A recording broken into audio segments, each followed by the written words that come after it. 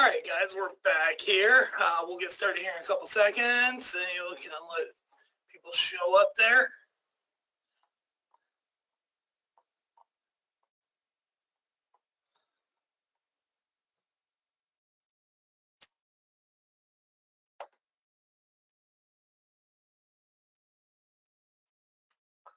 All right, so any questions or anything that we've gone over so far?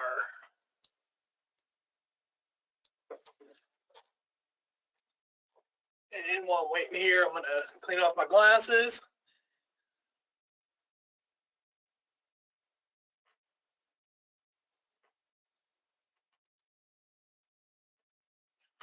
Ooh. All right, so let's kind of move on here. So the other thing I'm going to show you guys here is,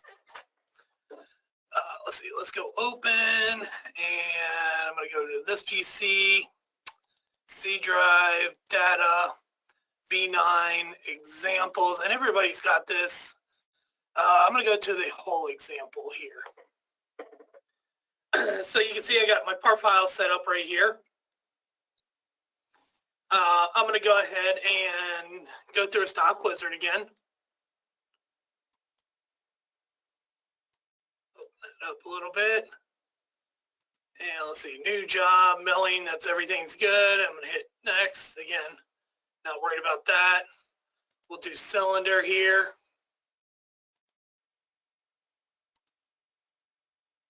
And auto from workspace, that should be good. So you can see I picked up a cylinder on this one. Now, I'm not going to do any milling or anything. I will be doing a hole recognition here. So I'm going to go ahead and hit the next button here. And my X and Y actually set up in a good spot. That should be good, right out there in the top center. So I'm going to go ahead and hit check mark. Again, not worried about too much on this. I'm going to left click, or excuse me, right click and then blank out. All right, so from here, I'm going to right click and I'm going to go down to hole recognition, which is the third one down. So I'm going to go ahead and select the whole body here. And from there, I'm not going to do anything special in here. I'm not going to set up any things, any defaults or anything on this. I'm going to use a basic template on here. Ignore Z should be fine. All my options, everything's going to be good. I'm just going to hit the check mark. Now I should get another dialog box up here. Now what do I want to do with this? So it looks like some of these holes are going to be just a regular hole. Let me kind of move this out of the way here. Two different size holes. I got a 3/8 and an 1.5 inch here. And I also got a counter bore hole, which is right here. Now, the 1.5 inch is this middle one right here. What I could do is either do a counter bore hole or tap hole. I can change up to whatever I want. With that knowledge base, when you go in and set that up on there, what you're doing is in the hole recognition, you're setting up parameters of, you know, from this size to this size, I'm going to do a hole. But if I have this size with this in here, I'm going to do a counter bore hole, you know, set up parameters like that. I'm going to go ahead and uncheck this right here. And you notice right here, it doesn't, it automatically just takes it away. The reason is because, you know, I may or may not have a drill that size. I've been in some companies that do, and that's, you know, you can use something like that, but I'm not going to worry about that. I'm going to only worry about the 3/8 hole and also my counter bore holes right here, the 3, I think, right? Yeah, 3 right there. And then from there, all I need to do, if everything works out the way I want it to, I'm going to hit compute. And that's pretty much it. Now, another caveat of this whole thing here is when you look at the, let's look at this 3/8 hole here, it's assuming that I'm going to do a center drill. Again, it's one of those things where you may have to right click, edit, come into the machine strategy, get rid of the center drill if you want, hit next, make sure it updates, and that's pretty much all you got to do. So you have the option in V9 to work with a hole recognition. Now again, you'll have to set up the parameters in the knowledge base here. you know, what your values are, you know, if you're using any, like for the hole recognition, you know, you can set up a center drill, just a center drill in there, chamfer drill, chamfer mill, whatever you want in there, on there, or you can just use a drill. You can move one over from this operation in there. You can, drill. This one kind in here, drill. You can get rid of any of these. So if I do a center drill, I can actually just get rid of all these. Let's just bring over a drill. And when I go into the center drill and drill, because there's not actual drill in there, I can set that up to where it only has a drill. So you can set this up any way you want. You can set up all the parameters as far as the chamfer holes and all the different rules. Basically in here, you can do single depth. You can set it up for pecking on there, operation, location, that kind of stuff in there. So you got different options that you can do in there. But again, you don't have to use a hole recognition on there. It's a default setting. Again, you're going to have to kind of go in there and set that up on your own on that, and then go from there.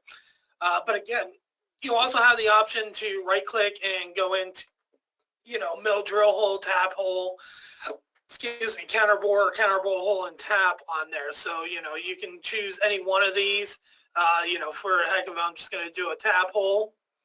And again, you could choose either the face in there, or you could choose a edge on there. Now, if you go surface and edge, that's not going to work out. You're going to have to do either one on there. If you do a surface, it's going to pick up not only the diameter, but also the depth. If you only do the edge, it's going to pick up the diameter, but not the depth on there with that. So again, with the drilling, you got a couple options in there. You know, I can just come in here and another good thing about the SOLIDWORKS is it's actually easier for some reason to pick surfaces than it is in the standalone BobCAD sometimes. On there, you can see right there, my total depth, actually, let's see, pick bottom. If this is 1 inch, I'm going to die. Yeah, it is 1 inch because I picked the surface. Now, if I would have picked the edges on there, of course, this depth would probably, I think, 1/2 inch is our default on there. So, again, you got 1/4-20 we'll use. I'm going to just use default settings. We got geometry selection right here. This is our retract. So for whatever reason, if I need to break this whole group, you can see I got individual holes here, and whatever's selected, that's what's grouped. So I can actually, I'm going to hold my control key down and then left click. I'm going to group these 3 together. I'm going to regroup those. And then here, I'm going to regroup these by holding my control key down and then clicking on regroup. Now what's going to happen is it's going to go drill. It's going to do all the operations in each one of these right here. When it comes to from here to here, or from here to here, or from here to here, whichever direction, it's going to do right now from here to here to here, it's going to be 0.2 up, feet over a 0.1. When I go from here to here, or here to here, or vice versa, it's going to go up 1 inch above the part, over, and back down. That's because it's using this group retract. And that 1 inch, again, is a nominal number. You can change that up if you want to. And there's different options in there. We're only looking at the plane. We're not going to worry about cylinder or sphere on this because we don't have multi-axis that we're running right now. So again, you know, once you go through all the operations in here, let's see, let's get rid of the chamfer drill or mill. So with the drill, again, you can go into the tool crib, add from library, and that's the one thing that the hole recognition doesn't do. It doesn't know what drill you want to use. So let's choose like this 1/4 spot drill. Just for some reason, past few customers I've been with, they've always used that 1/4 90, so I've just ended up adapting that to my use, even though I never used it. Here you got your depth, center diameter, and center angle, single peck or fast peck in here. Again, hit next, get into your parameters. So it's picking up the 2010 for the drill parameters. Now we got 2 groups in here. Do you want to peck it? There goes your effective and overall. If you uncheck it, you can choose, you could switch one or the other, and when you do that and you hit tab on your keyboard, or you left click in this box, the other one will auto update for us. Let's see, we can peck down. And again, you'll have, if you got multiple groups in there, you're going to have to go in and make sure you do the same thing on there. It doesn't auto adjust for everything. And then we got our tapping. Again, I'm just using a 1/4-20 in there, even though we know it's a 3/8 hole in there. And then compute, and there we go. So now I'm going to go ahead and blank that out. So there goes our so what happened in there? I don't like that sequencing. Let's do closest and see what that does. Nope. So I'm going to backplot this. Oh, okay, it's doing fine.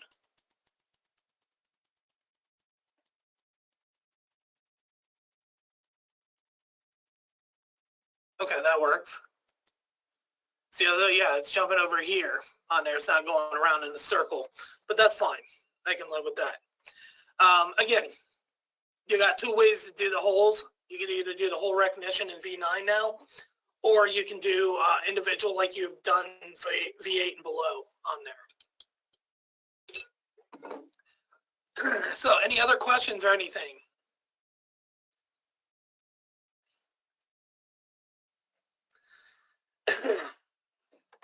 Excuse me. All right, so let's kind of move into 3-axis here. I'm going to go ahead and hit, actually, no, I'm going to just close that one out. Don't save it. And I'm going to open up this file here, and I'm going to go into, which 3-axis do I want to do? Yeah, this will work here. So I got a, so what I'm going to do is actually I'm only going to come right down to here. I'm not going to worry about all this in here. I might on a certain different toolpath. But again, we're going to go ahead and set this up. We're going to go new job, or milling here. Oops. We got to move into a different room, so I'm kind of not used to the way this is all set up. I'm kind of like in a condensed area, so so let's go ahead and choose you for our work piece here, and we'll hit the next button here. We can see we picked up the overall X, Y, and Z of this part here. And let me kind of zoom out a little bit on there. And we'll hit next, and we get into our X, Y, and Z. And you know what? Let's leave it on the corner this time. So we'll leave it in the top corner right here. So from there, again, we can set up any clearance planes in here. Let's see, for some reason, there we go, 1 inch. We'll use work offset. We're not going to worry about any offsets. Everything should be good. And we're going to go ahead and hit OK. Now, I'm going to kind of do this a little bit differently just to kind of show you here. So what I'm going to do is I'm going to do mill 3-axis. I'm going to click on select geometry here, and I'm going to select the whole body. Now, the reason why you want to select the whole body is because you want to know that there's a wall here for whatever reason, or down here. You want to know where that the tool's going to want to know where to go in that 3-axis because it's looking at a 3-axis world here. So we got to know, what we're using here on this. So again, 3-axis, when you're doing 3-axis, select the whole thing here. Once you do that, go ahead and hit the check mark here. It brings us back in here. Now, I'm not gonna worry about any boundaries on this one. Actually, I am, and I'm gonna change up my, actually I'm gonna hit cancel here. And I'm gonna right click on stock, go to stock wizard. And I'll show you why I want to use a boundary maybe. So I'm going to come here in my offsets, and I'm just going to put in 1 inch. 1, whoops.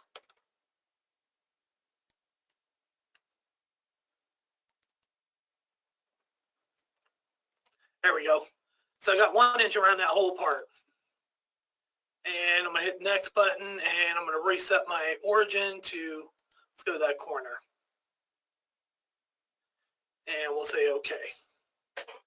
All right, so let's go back in and reselect all this. So I'm going to select the whole body here, so I'm going to check that box off. I'm not going to select the boundary yet. I'll do that later, just to show you here. Feature page, again, we got our clearance, rapid, and feed. Top of feature, again, that's in the top corner right there. So from there, we're going to go ahead and hit next.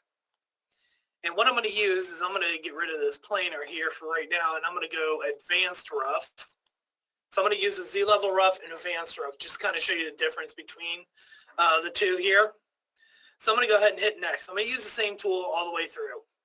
Work offset, G54, 55, 56, 7, and so on. Rotate angle if you're using a 4-axis, and the arc fit. Now the arc fit is if there's a tolerance setting there, arc fit tolerance. So when it's cutting, when it gets into little small radius moves, if for some reason, and I found this out in like older machines, and again, I don't know what's considered an older machine, if you have this checked off and it's doing a little arc move, like in the center here, it's going IJK value, or R, it could error out your machine. If you uncheck it now, it's going to use all line moves, XY, XYZ if need be, in there. And then sometimes it will accept that, and because people choose arc fit, check that off, so it makes the code a little bit smaller. In some cases, it's kind of 50-50 with me on my machine when I've done it. It was one of those things that, I just, sometimes I would do it, sometimes I wouldn't have a problem with it. But, I usually just don't even uncheck or check it off anymore. So we're going to leave it unchecked. So I'm going to go ahead and hit next. Tool size.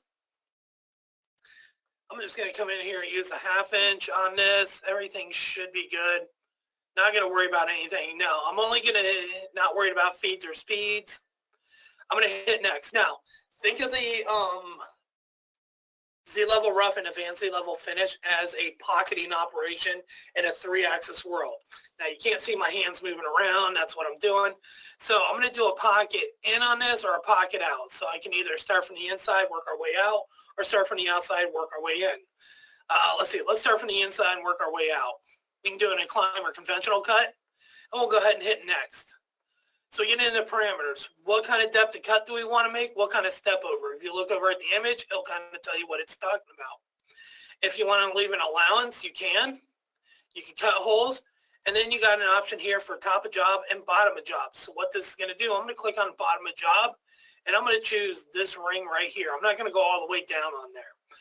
Now, toolpath is only going to go so far. It's going to start at the top at 0, cut all the way down to that bottom of job that I selected. So from there, I'm going to go ahead and hit next. I got options in there for plunge, ramp, or spiral. So if I use plunge, I can either use a single depth pack or fast pack. I can use ramp or spiral and set my parameters as is. I'm going to set both these up the same way. So from here, I'm going to go ahead and hit next. I get any options. Do I want to do all, innermost, or outermost on there? We're going to do all on here. We could do by area or by level. By area, we'll cut one side first and then the other. By level, we'll do all the same levels. All, let's say, go one level to the next level, next side, all, so on and so on. From here, we'll go ahead and we'll do it by, we're only cutting one. Actually, we're cutting 2 sides, but I'll show you how to do that here in a second. So again, we got our override. So you got general override. Like I said earlier, it's you're going to see general override on everything. So we'll go down here to the advanced rough. Again, I'm just going to use the 1/2 inch. I'm going to make that a 0. Good to go. We'll hit next. Here you have an option for offset out, offset in. I think I used pocket in. Let's do pocket out. We'll do offset out on this one, but you got offset in, more spiral this time. You have parallel cut. You can go back and forth, and you can set your lacing angle. And you got adaptive roughing where you can also use it as tricordial cutting also. So let's do offset out. We'll go into zig, or you can do zigzag. It's going to change direction. If you use zig, you can use climb or conventional cut here. And from there, we'll go ahead and hit next. Again, you got your depth of cut in your step over. You have your intermediate cuts. With the intermediate cuts, you can put in, if you know the stock thickness, you can put thicker than in there. And what intermediate cuts, I use the term semi-finishing toolpath in here. Okay, so with that, if you know that 0.1 step over and depth of cut is too much, with the intermediate steps, what it's going to do is going to come in and put an extra toolpath in there. So if I put in 2, it's going to make every level is going to be an extra 2 toolpaths in there. So it could work out well to where, you know, I got a smaller step over and stuff, but, you know, I'm not going to use it on this one. I got ignore holes and cut holes, and then I got my depth options in here. So here we got automatic from min and max from machining surface, from the stock, or from both. 9 times out of 10 people use both. And this one we're going to use user define top of job and bottom of job, and we're going to pick that same edge right there. And we'll okay that, which is 96, 95 right there, minus. Then we have our offsets. With the offsets, we have global, which is what we have in the Z-level rough. X, Y, and Z, you can use positive or negative, or in this one you have side allowance and bottom allowance. So I can either leave something on the side and not the bottom, or vice versa, or I can use different amounts in there. Like I said, we're going to use global here. We're going to kind of set it the same way. I'm going to hit next. Now here we got plunge with single peck and fast peck, just like in the regular rough. But this one we have an option here for center cutting tool. So if we have a center cutting tool, leave it checked off. If you have an indexable tool, you can definitely use that and it'll know. So you don't have the option in there for ramp. But if you use ramp, it brings up this automatic here, line, spiral, laundry list of items in here, zigzag or profile. And again, you could set those parameters as needed in here. Again, we'll use plunge. And we got lead out on there, 50% of the radius. You can use that if you want. Then we got our options page. This is new now because it's in an advanced rough. Rest roughing. You're going to see rest roughing and rest finishing in the Pro toolpaths. The Pro toolpaths are from advanced rough, advanced planar, advanced Z-level, finish, equal distant pencil, and flatlands, and steep hollow. That's a new one now. But with the rest roughing and rest finishing, they're both the same thing. And I went over into the pocketing operation. Basically, if we're going to come in with another advanced roughing toolpath, excuse me, but it's a smaller than a half inch, maybe like quarter inch or, you know, eighth inch, whatever it is. So basically the half inch, it's from the previous tool, which is from this one. That's what it's looking up. So you can see the half inch. There's our allowances in there. So it notices that. So on this part, it says, okay, that half inch went and picked up and cleaned out all this area here. All I need to do is just come into these areas where the half inch couldn't pick up. That's all the rest rough and rest finishing does there. Got flat lands. If you got any flats in there, you can machine any of the flats. And then we got our sorting option again here by area, by level. And then we got the intermediate steps here where you can set up to, you know, do after every depth, the cut, you could do your intermediate steps, or at the end, after it's done its last step, it'll come back in and do all the intermediate steps. Honestly, that's what I've done all the time. I've done it after last step, and it works out nice.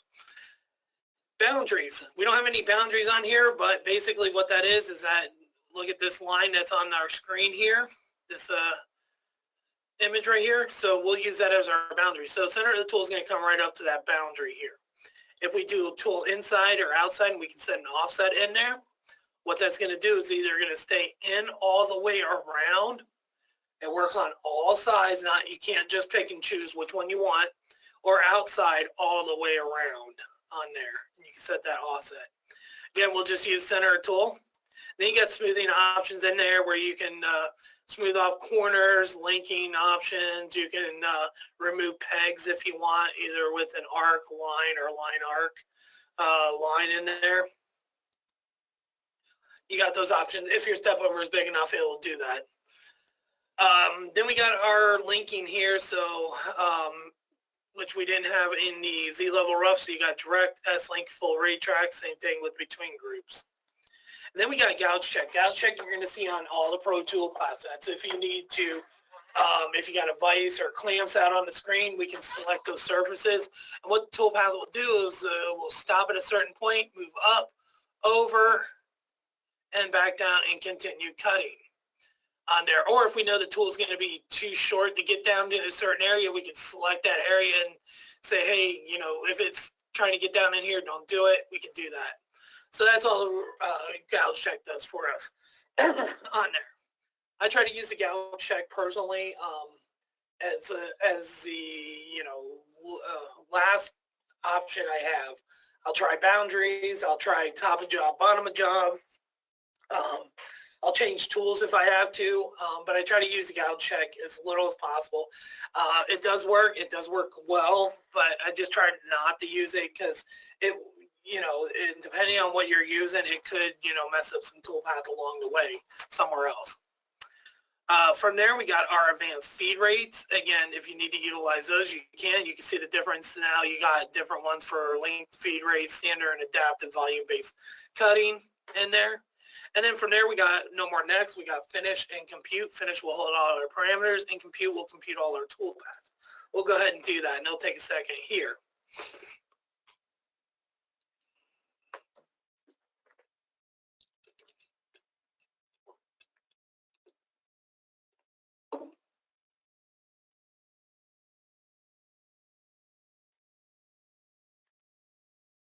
Excuse me.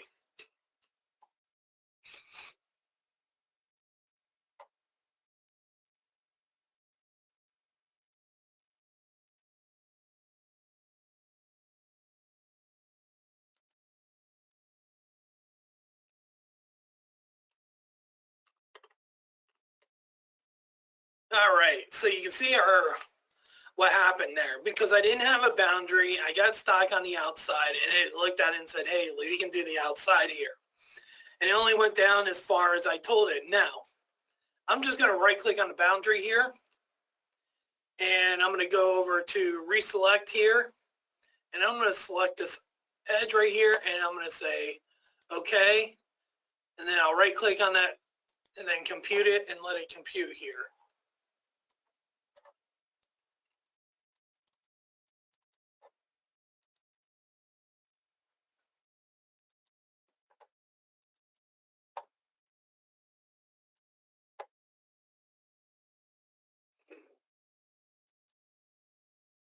Second here.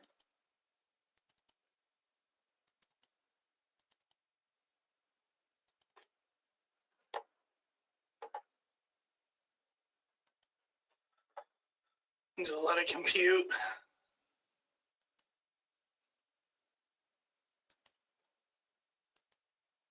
And there it goes. You can see the boundary just held it in there for us. Whoops. Cancel. All right, so you can see.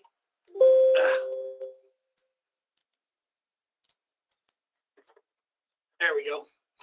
I'm almost used to the BobCAD here a little more than anything else. So you can see here it's only going down so far. If I, you know, just, you can see it's only going down that far on there. And then, of course, I can go down further if I need to. Not too worried about that. So with what we got here, again, I can add in extra toolpath in here. But let's see. I'm going to go in here and I'm going to do, yeah, let me do this. I'm going to do a little bit differently here. So I'm going to go ahead and select geometry and select the whole body again. I'm going to say there. Okay. Boundary, I'll just go ahead and select it. I'm going to select that edge right there so we can keep the toolpath contained into there. And I'm going to go ahead and hit next here and next. Now, what I'm going to do on this one is, let's see, let's do a Z-level finish and and advanced C-level finish. Bring it over there.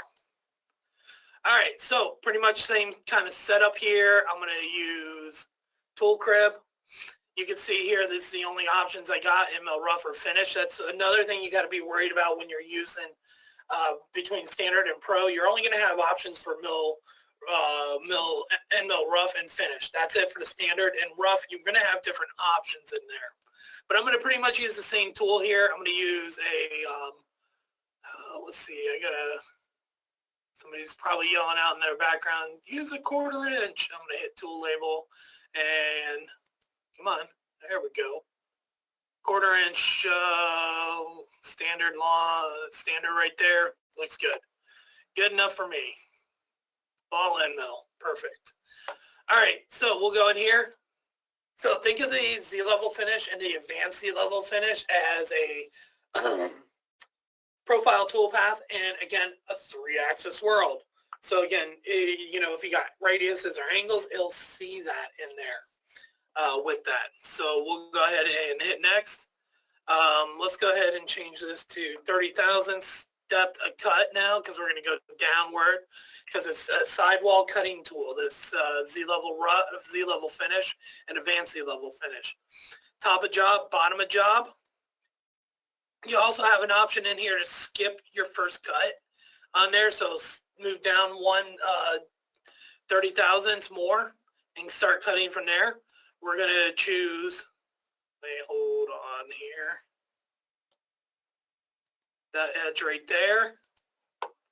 So what I'm going to do is I'm actually going to swipe over that and do a Control-C, copy that. So I don't have to worry about it next time. I can just copy and paste it now. So we got options in here for plunge, ramp, or spiral, depth, single depth pack, fast pack in here. I don't know why mine's set for that, but we'll hit save as default on there for Z-level finish. Current template. So you can save these out if you want. Again, you can use a different lead in, lead out if you want.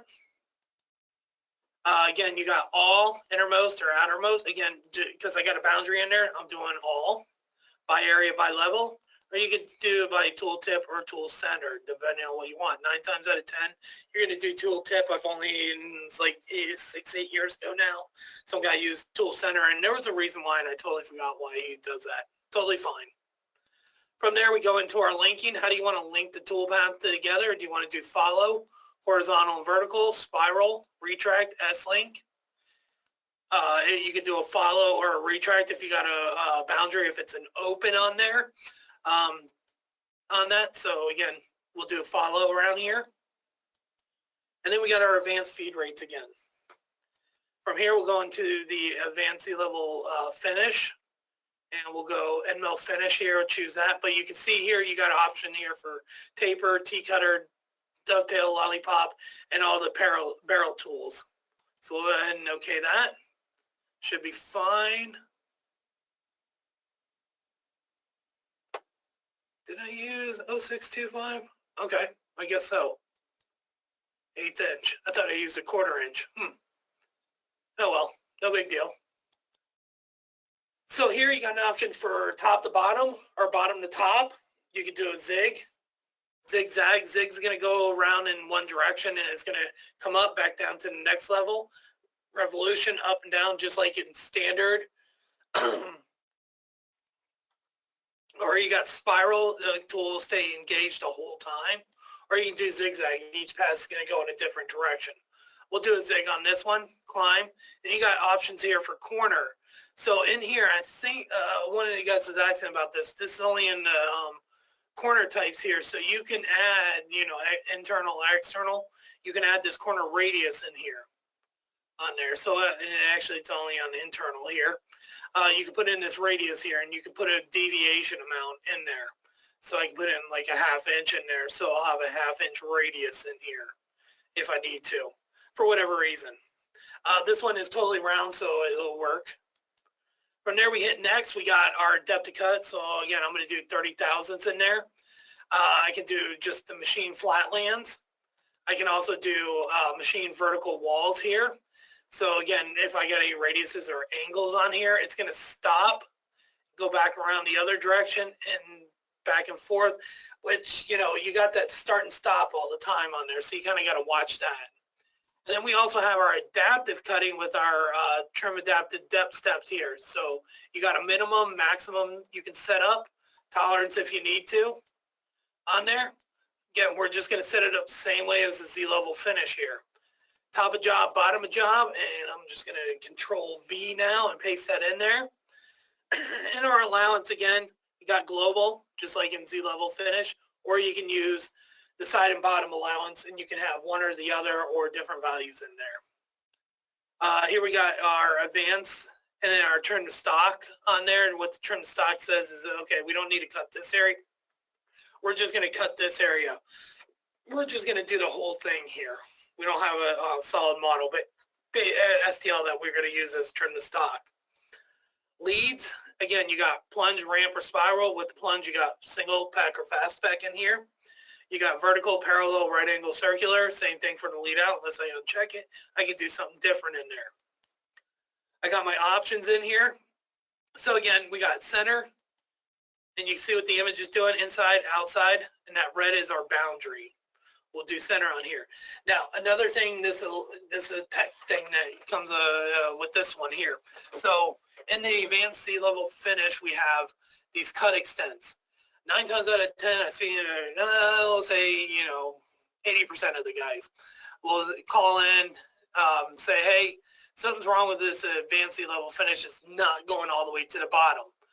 I can tell you right away when, and I don't even have to log in, it's just gonna be a quick phone call. I'm gonna have you open it up, go to the options page, tell me what your cut extents are, and you're gonna tell me it's on extents and you want it to go part bottom all the way down. So I'll just have you click on that, hit compute, and that usually fixes everything. So extents is only gonna go to the edge. 3D extents will break the edge, and that's the same way with the advanced planar also. We're going to do part bottom on here, but it's also going to go into just a certain area that we want. It's only going to go down as far as we want it to because we're using that top of job, bottom of job in there. Got rest finishing. Again, I went over that with the rest roughing in there. Same thing. It's picking up that previous tool, which happens to be the same tool on there. By area, by level, tool tip. So you can see a lot of this stuff is kind of repetitive also.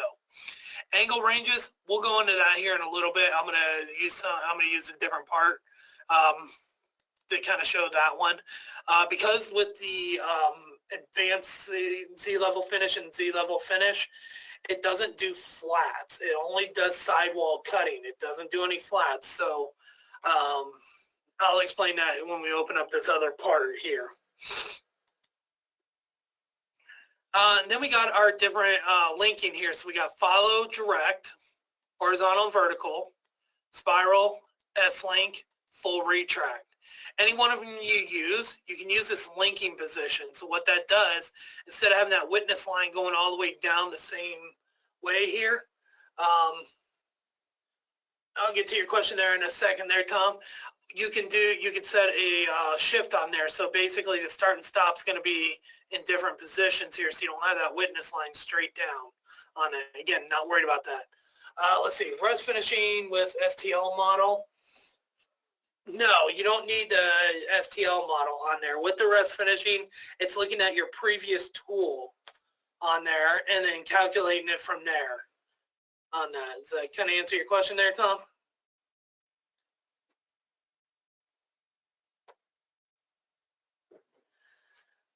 When do you use the rest finishing or an STL model? STL model is when you want to, right here, trim the stock. When you have that selected, that's when you're going to use that trim the stock option on there, because then when you open, when I calculate, I'll show you, you can choose an STL model. That's when you want to use it, because say you don't want to, you know, if I want to use that trim to stock option on here using this example, it's going to cut all this area where it doesn't need to. It's only going to see this and say, hey, I only need to cut this. I don't need to cut all this in there.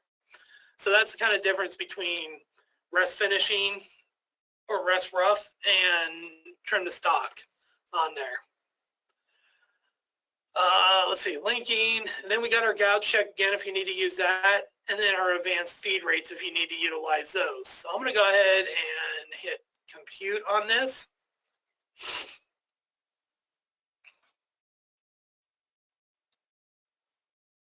And I don't have any examples with trim to stock on there, unfortunately, here. So I don't have anything to show you on that. So I'll just take a second here to calculate.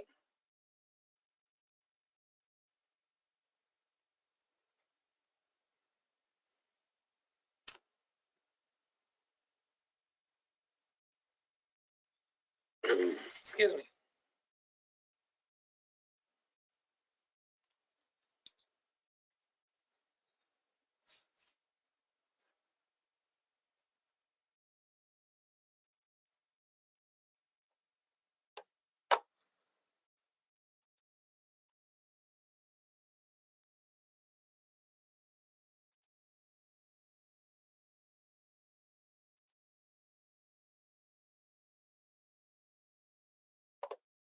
And I'll just take a minute there.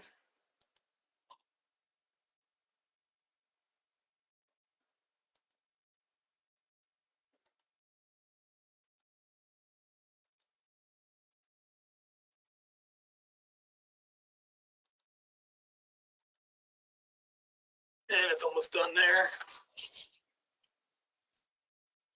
I probably should have hit finish and then computed each one of them separately here.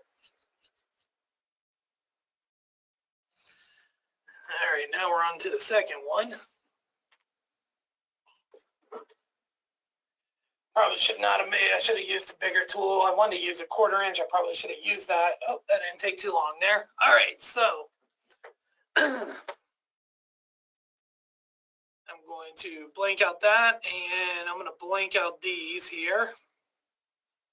So under the advanced C-level finish here, you have operational stock right here. So you can reselect that, and what it's looking for, either a solid or an STL model. That's where you want to use the operational stock, or the trim to stock option is with that on there. So you can use that under any one of the Pro Tool paths. You'll have operational stock in there which you can use on there with that.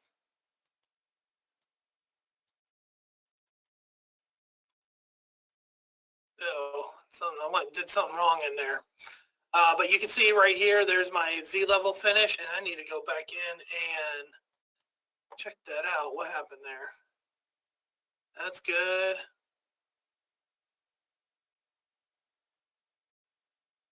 Oh, depth to cut 3 instead of 0.03. That's why. That's where I can hit finish. Right click. That's why it didn't take so long. I was expecting it to take a little bit longer, but there we go. There it is. Okay. So you can kind of see the difference and kind of not. So what I'm going to do here is I'm going to go advanced rough. I'm going to right click and I'm going to do a post yes no. And I'm going to do the same thing with the advanced Z-level finish.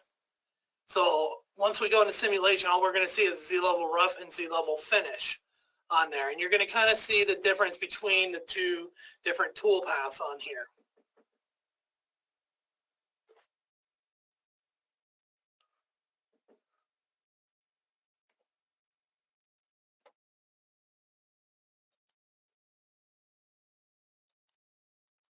And we'll speed this up.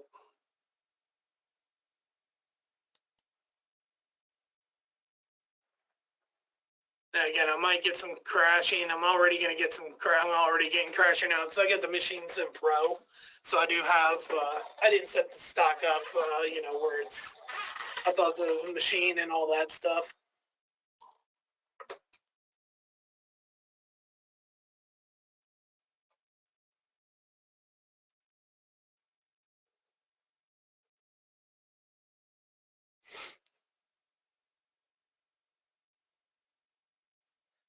And you can roll this around in here. Left mouse click will roll it. Right mouse click will let you hold the right mouse click down and let you pan right, left, up, and down.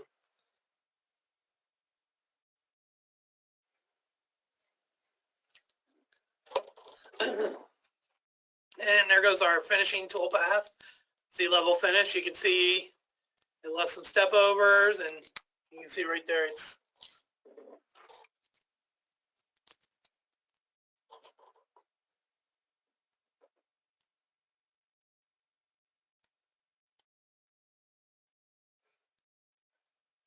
and I only went down so far on there because I know this is a pretty big part, pretty deep part, and I'm not going to set tools up on this one to, you know.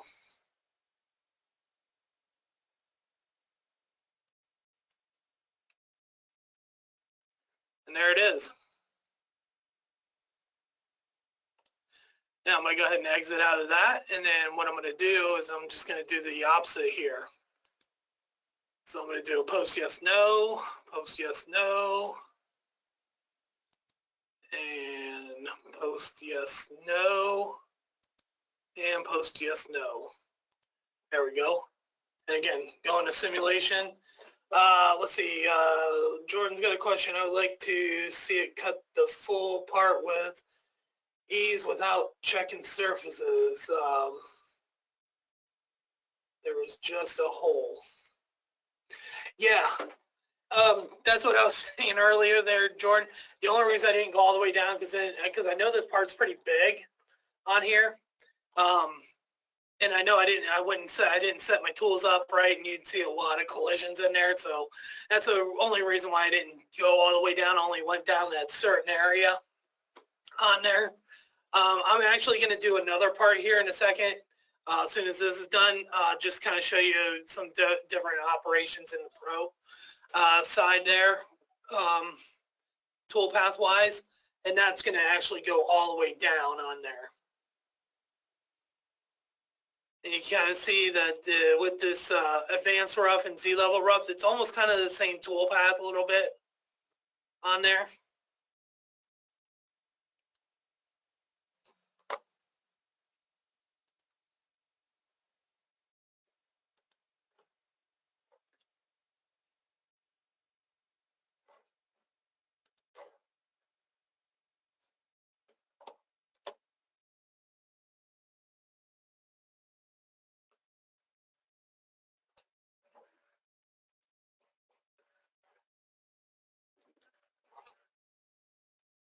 Oops.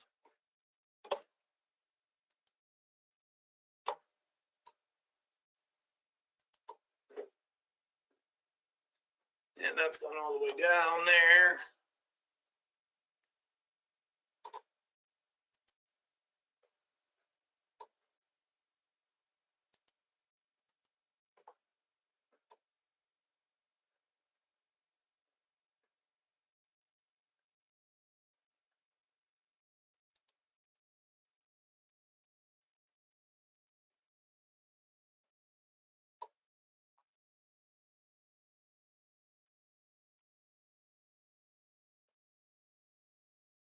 And it's almost done with this pass here. And now we're going into the Z-level, advanced Z-level finish on this one. And actually the Z-level finish on this one is a lot cleaner than the other one, but pretty much the same tool path, same everything. So you can see the difference between, you know, the one tool path over the other in there. And again, with that, you know, you can exit out the simulation, you can post out. Now, the ones that have post yes, no on, they won't show in simulation and they won't show up in the G code on there. So that's always good to have, you know, when you're doing, if you don't have a tool changer, sometimes guys will, you know, program everything and do the post yes, no on there. All right, so I'm going to go ahead and close that out. I'll say no to that. And I'm going to open up this other file here I got. It's going to be on my desktop. And it's going to be an IGES file. So I got to hit the drop down here, go to IGES, and there we go. So it's going to import this model. Hopefully it'll import it properly.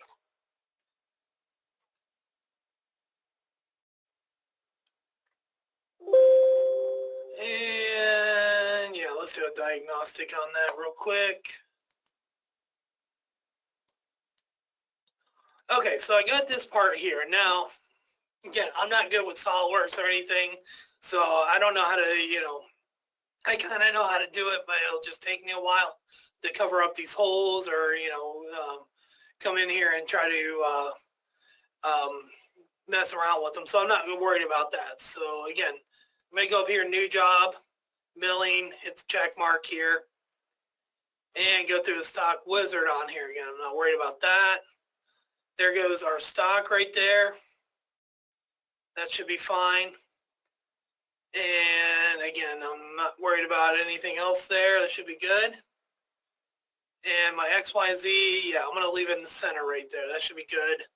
And I'll just hit the check mark there. And I'm going to go ahead and, let's see, blank out that stock if I can ever get to it there. Let's see, right there. All right, so I'm going to come over here and I'm going to do mill 3-axis. I'm going to select geometry, and I'm going to select the whole body here. And we'll say OK. Boundaries I'm not going to worry about on this one here.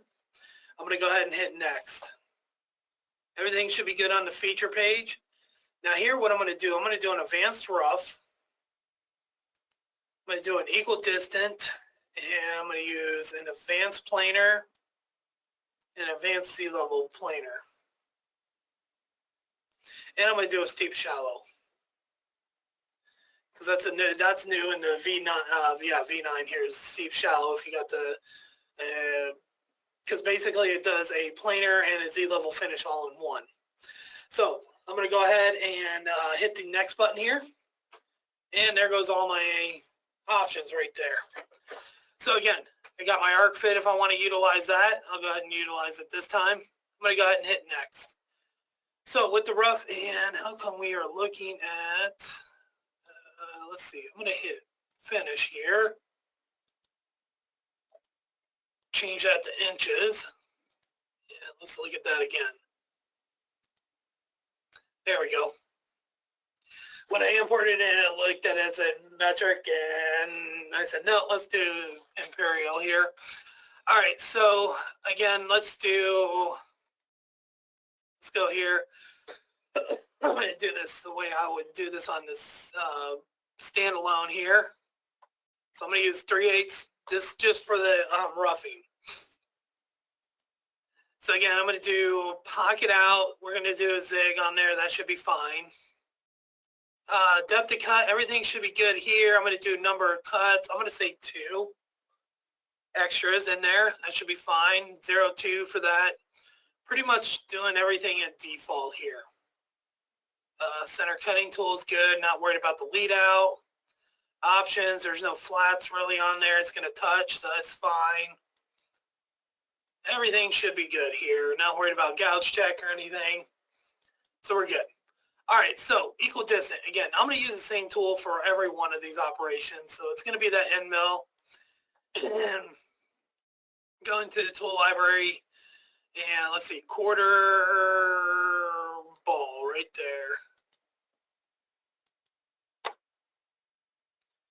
And we'll go ahead and say okay. So I'm going to use quarter ball the whole time around. So with the equidistant, I have an option here for drive curves. What drive curves are, if I have boundaries or 2D geometry set up here. So with the equidistant, if I don't have any drive curves selected, what it's going to do is going to kind of waterfall all the way down, up and over, all the way in. Now, if I have these drive curves selected, meaning this red geometry here, the 2D geometry all selected here, I can do left, right, or both. What it's going to do is going to cut this area, move up, move down, and cut this area, bottom half, cut this top half, bottom half, and then right here, whatever order it's going. So it's not doing an up and down moving on here. On this one, I'm not worried about that. We're going to go in a zig motion, so we're going to go in one direction. We can do standard, center and away, outside to center, top to bottom, or bottom to top. We're going to do top to bottom on this one. We're going to do this in a climb cut, or you can do it in a conventional cut. From there, we go ahead and hit next. We get into our step over here. So what kind of step over do we want to do? Now, remember with the equidistance. Equidistance is equal distance toolpath apart. on there. So when it's trying to make it, you know, the toolpath going down that curve there, it's going to be equal distance apart. So be careful what you do in here. You can also set your tolerance if you need to. I'm going to go 50,000, so that should be good. It's going to be like my go-to number for everything else you'll see there. Not worried about anything else in here, because with equal distance, the only downfall I found in using equal distance is that depending on what you're doing and what kind of step over you're using, it will take a while for it to compute. Now, granted, the part was 5 feet long, and it was arched in that in there too. And I used the equal distance. It took, and I used a 10,000 step over. It was on a project I was doing. It took 4 hours to compute. Now, the computer sucked that I had. I mean, it was just horrible. It was just one of those ones at lunch, I just hit compute and just let it go. And at the end of the day, it was done computing. The funny part is that it was not the toolpath I ended up using anyways on it. I didn't like how it came out. So, learned a lesson on that one. So again, not worried about anything else on this page. I'm going to go ahead and hit next. Got my leads. Leads should be fine. Again, you can see I'm just going to pretty much defaults on here. So boundaries, again, we're not using that. I'm going to do part bottom on here. That should be fine. Rest finishing, not worried about. Angle ranges, I'm not going to worry about this one on the angle range. I'm going to go ahead and hit next. I got my follow, retract, S-link or full retract, full retract. We'll do follow on here.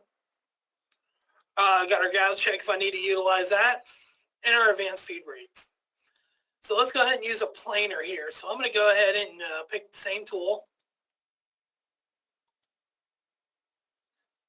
Yep, should be good. Let's hit cancel on there. Didn't need to hit that because it's already selected. Here with the advanced planer, just like in the Z level, unlike the Z level or the regular planer, I got zigzag. I can go in an upward motion, and I can go in a downward motion. Those are only two different options. Also lacing, overlap, and minimum height change. We're going to do a zigzag on here, or a zig on here. We have an option here to what corner we want to start in. So I'm going to start in upper right this time. And then we got the rounded corners in here. So if I want to set a deviation, so instead of that toolpath going in as close as it can to that, I can set a radius in there and kind of get it a little smoother in there. So I'm not worried about that. We're going to go ahead and hit next. We got standard, adaptive, and perpendicular on here. Let's do standard, and let's do 50,000s on there. Not worried about the top of job, bottom of job, any allowances, trim to stock, not worried about that. You can use this as a roughing toolpath if you wanted to. So you can set a number of passes, depth of passes. You can either do it by slices or by depth here, or slices or passes on there. Not worried about that. We're going to go right to depth on this. From there, we'll go ahead and hit next. We get into our lead. So we got our entry and our lead in and lead out. I'm going to do vertical tangent here for lead in and lead out. We got our options page. Again, we got 3D extents, part bottom on there. Let's do 3D extents here. Again, we got our boundary options. We're going to come back. I'm going to use the angle ranges on the advanced planar and advanced C-level finish, just kind of show you there. So from there, I'm going to go ahead and hit next.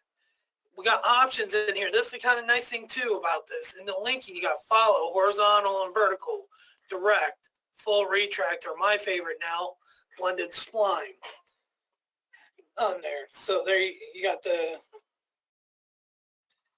blended spline option in there. So instead of stopping all the way through, you can go ahead and just kind of slow down, go around there again. So from there, we'll go ahead and hit next. We get into our Gouge Check. So if you need to utilize Gouge checking, you can.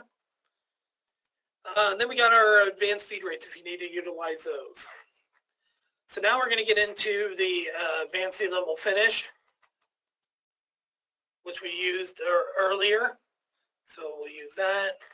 Yeah, I'm just going to kind of set it up the same way, top to bottom. Everything looks good.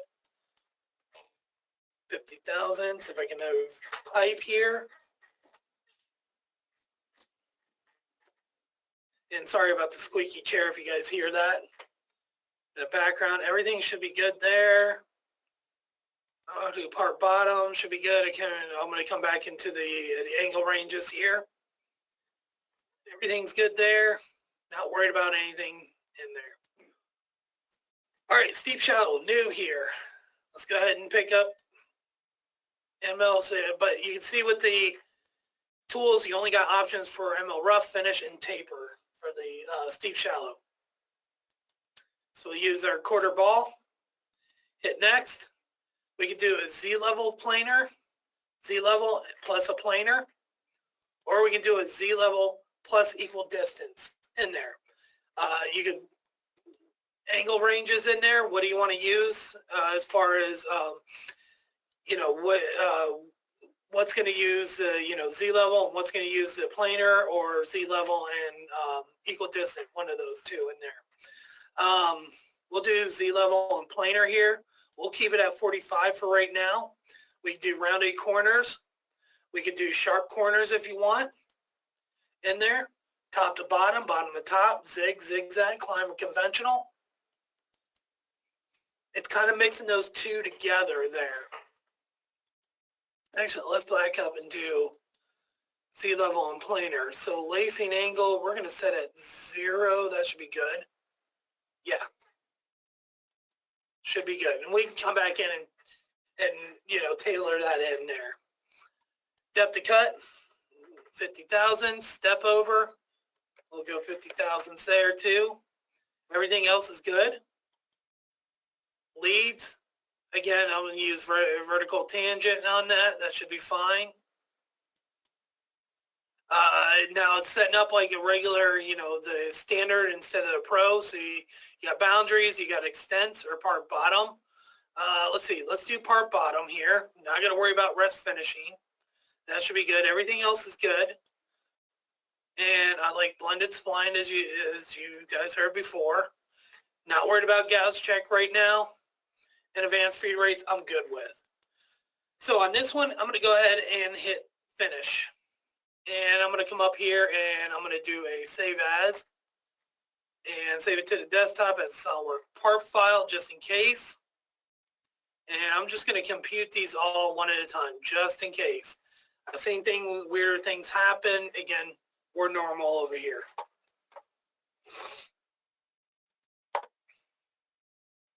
So we'll let that compute.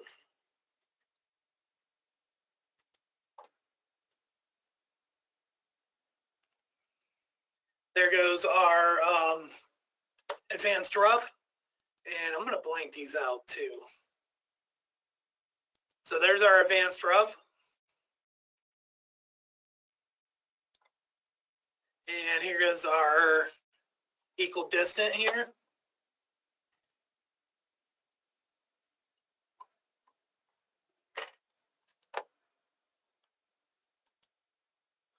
And again, watch how this one's set up because it may or may not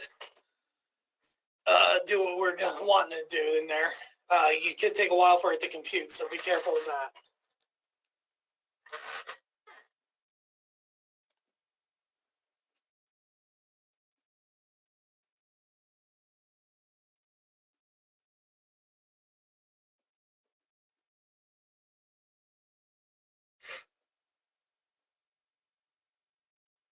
And I might have to go in and adjust, oh, there it goes. All right, so it did exactly what I wanted to do. All right, perfect. And you can see it's pretty much equal distant toolpath all the way around on there. All right, so advanced planar, compute.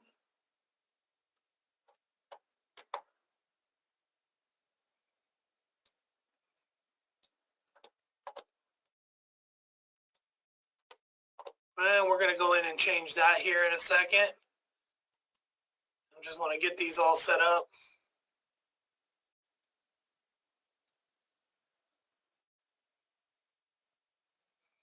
There goes our advanced C-level finish there. And now our steep shallow.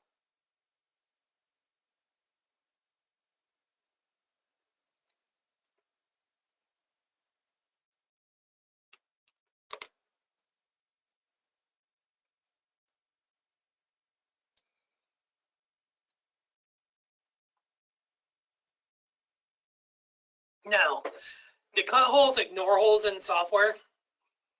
Kind of funny because if you do ignore holes, it doesn't know it's an actual hole. So if the tool can fit in there, it's going to actually go in there. So usually I try to mask them off. Again, I'm not a big drawer in SOLIDWORKS, so masking those off take a little bit longer for me to do. I'll eventually get it done.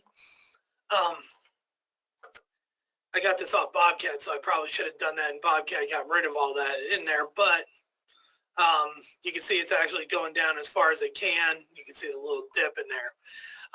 So I usually put in there, I use the term in the standalone as a false surface. So I make these planar surfaces all the way across on there, have it in a layer and call it false surface in there. All right, so let's kind of look at this. So equal distant, it's not a bad tool path. You know, there's some, you know, you look at it, it's kind of, you know, and I didn't mask a lot of this off here. It's just you know, so you guys can see it. So you can see exactly what it's doing in there. It's doing exactly what it's supposed to be doing. It's equal distance tool path all the way through everything in there. Unlike the advanced planar, again, I'm going to have to go in and change that because I wanted to go the other direction here. But that, again, that's not too bad right there, but I wish it was in a zigzag instead of a zig. That's my fault. And then we got our advanced planar. Now you'll see our Z level finish. Now you'll see it didn't go all the way to the bottom in there. And then we got our steep shallow. So again, this is new in the software. Again, let's go ahead and do this. Let's, so the equal distance, not too worried about it. I'm not too, that one's not bad. You can see it went in and did everything at the bottom here that we're supposed to. So I'm pretty happy with that. So I'm not even worried about that one anymore. So I'll do a post yes, no on you. The advanced planar, I'm going to open that up. I'm going to hit next. Oh, lacing angle. I thought I had that at 0. And I'm going to do a zigzag. And I'm going to hit finish on you and recompute you. There we go. All right.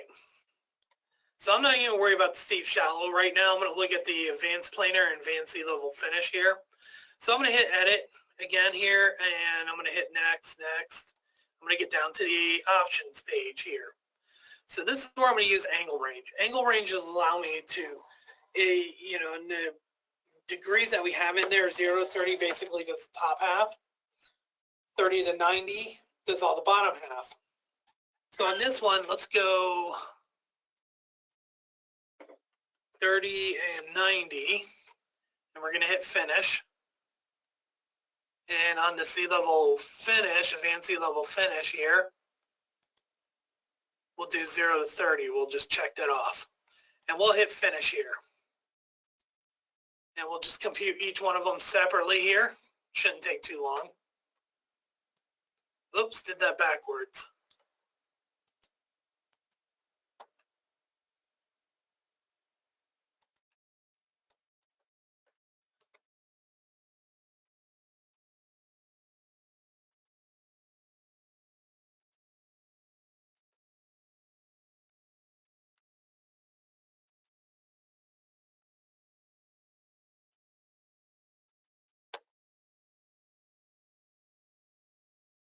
There we go. That's what I was looking for. So that's 0 to 30. So it's doing all the flats on there. And then the advanced level finish, I got doing 30 to 90.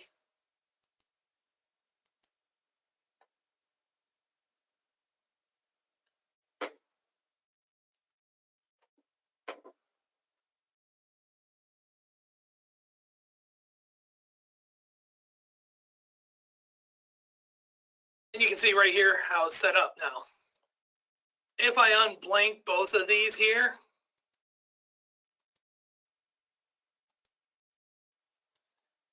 you can kind of see where the advanced level finish stops and then the planar picks up. Actually, I think that's right there. This is where, now, again, this is something that you can use. You can come in here and edit this, go under options, and maybe go 45.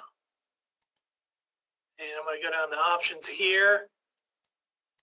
And I'm going to go 45 to 90 on this one and hit compute on each one of them. So you can see the toolpath went up a little bit. So it's basically overlapping.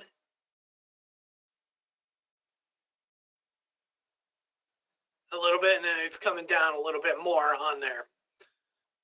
So you can see you can kind of overlap the stuff in there. So that's with the, oh my gosh, I can't even think of it, what that stuff's called.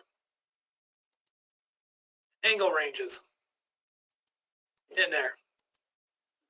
So those are good to use. And this is just an example I use all the time just to kind of show you how the angle ranges do work in conjunction with, you know, one toolpath over the other with the other, because like I said, the planar, you know, it works well on flatter areas because it's kind of equal distant toolpath, but once it starts hitting up on that radius or any angles, it kind of spreads out the toolpath a little bit.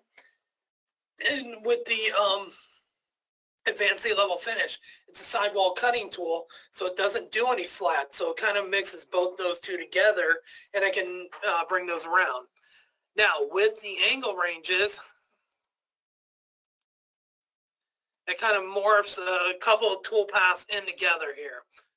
This one we got what, Z-level and planar in there, kind of doing the same thing that we did with this here, but in here.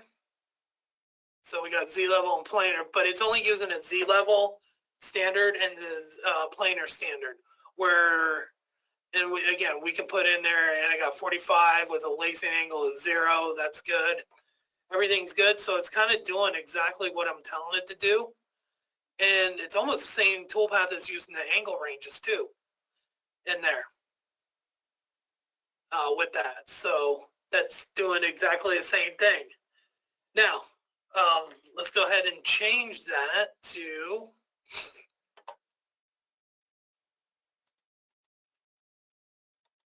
Z-level and equal distant. We'll hit finish and compute.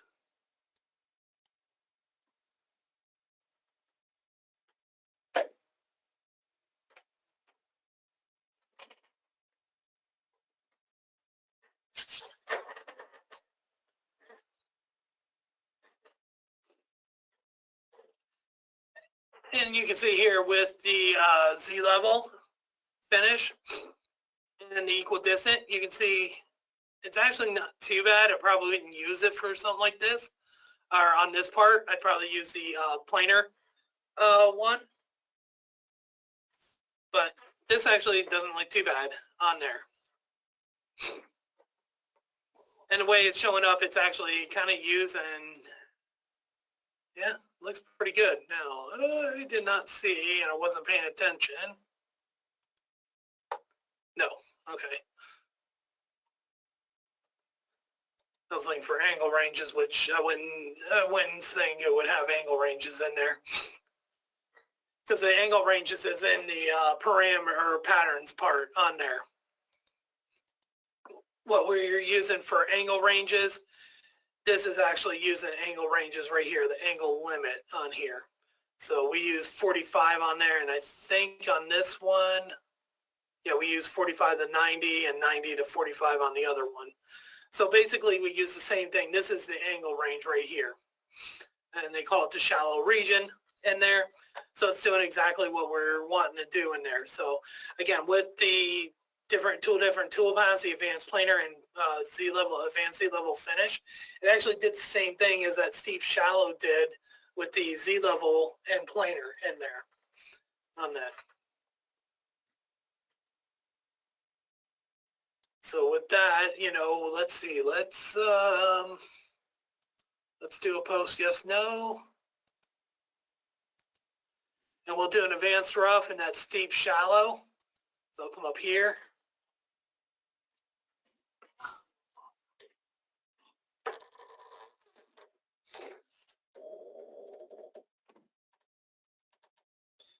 We'll go into simulation there.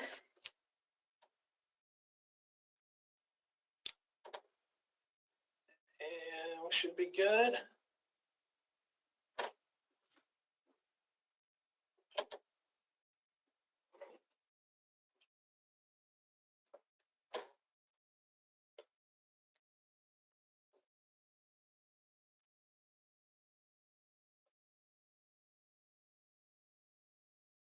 And we'll just run that through.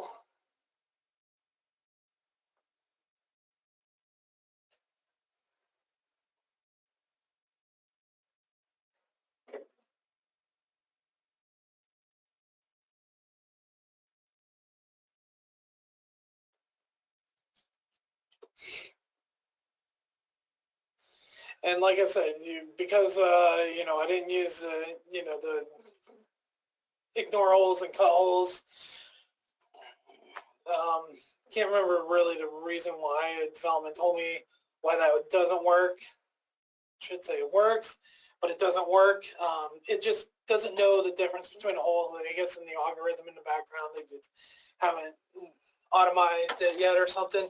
And of course, I used the wrong tool size, so you got the little red in there.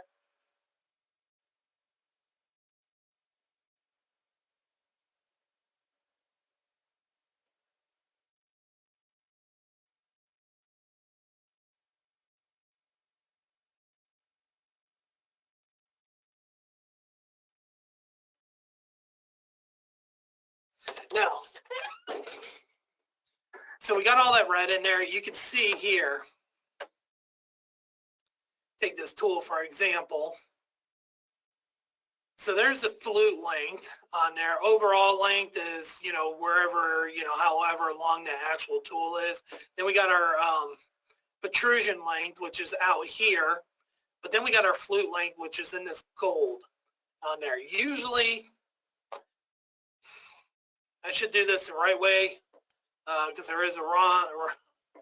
It's mostly for simulation purposes, really, especially for like 3-axis on there. So let's see, let's add this. So in here, and of course I got this only going to 2-digit instead of 4.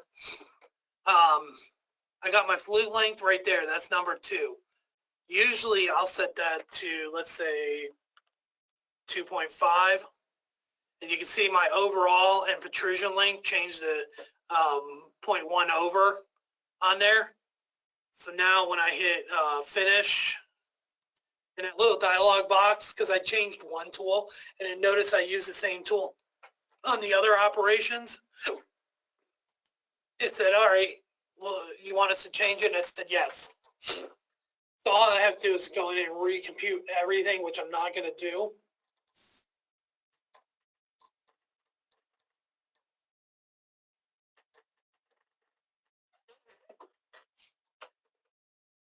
All right, so I'm going to jump into simulation and just show you now with a tool,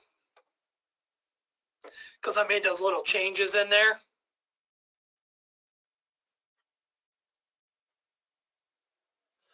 So again, there's my flute length on there. And this is for the rough. Not worried about the rough. What I'm worried about, I'm just going to go to the move list, hit operation 2 here. You can see now there's my flute length on there. And I should not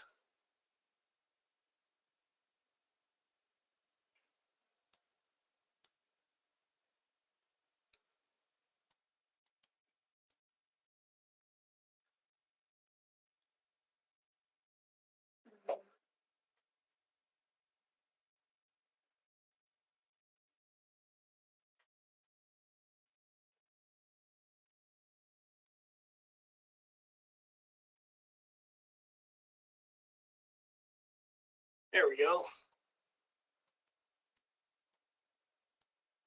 So it didn't crash anymore, so that's good. It is crashing in the bed. That's just because I got Machine Sim Pro, and I'll show you the machine. It's sitting right there. Now I could change that. And this is for anybody who has Machine Sim Pro. On the last page of your stock wizard, which I'm going to right click on Machine Setup 1, and I'm going to come down here to Offset. I'm going to say pick a point. Pick right there and say okay. Now I don't have to compute anything. Yep. Change it for everything. Go into simulation here. You don't have to compute anything.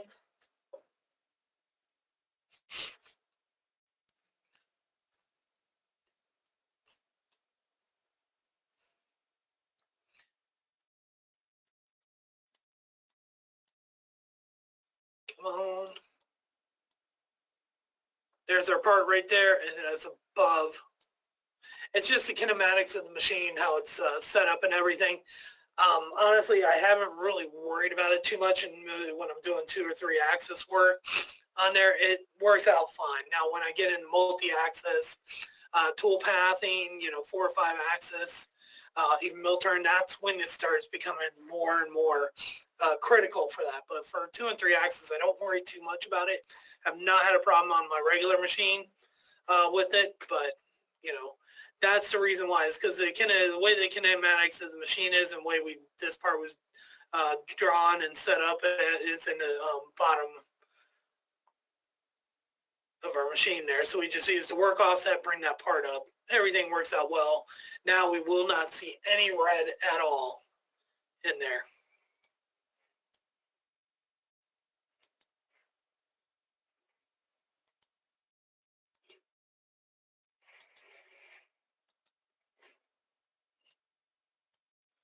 No red at all.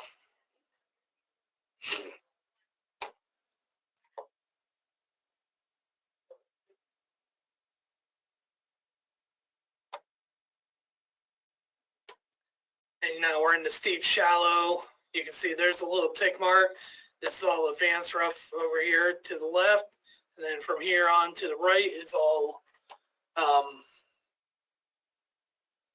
steep shallow.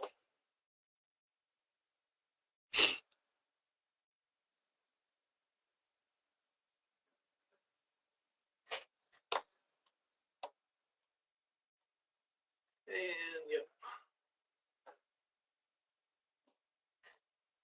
And again, come up here, hit exit out of simulation. And if you want to post out the G-code, you just hit the little controller here. Generate the G-code. There's all our G-code. I'm going to bring this into, whoops, not save as, NC Editor. Now this should not take as long as it did earlier. Good. It's always that first time. There it is all right there. Everything should be good. So there's all your G-code and everything.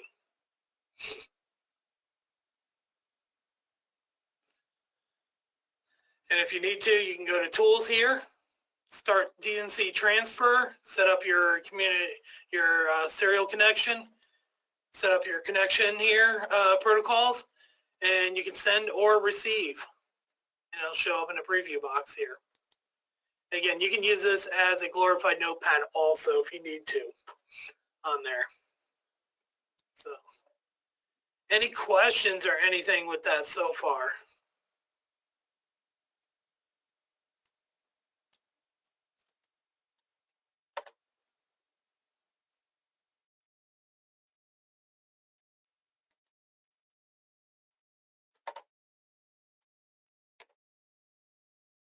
All right, guys. Well, honestly, I'm pretty much done with everything today. Yeah, if you got any questions, ask them now. It'll be, we'll go ahead and end this here in about 5 minutes.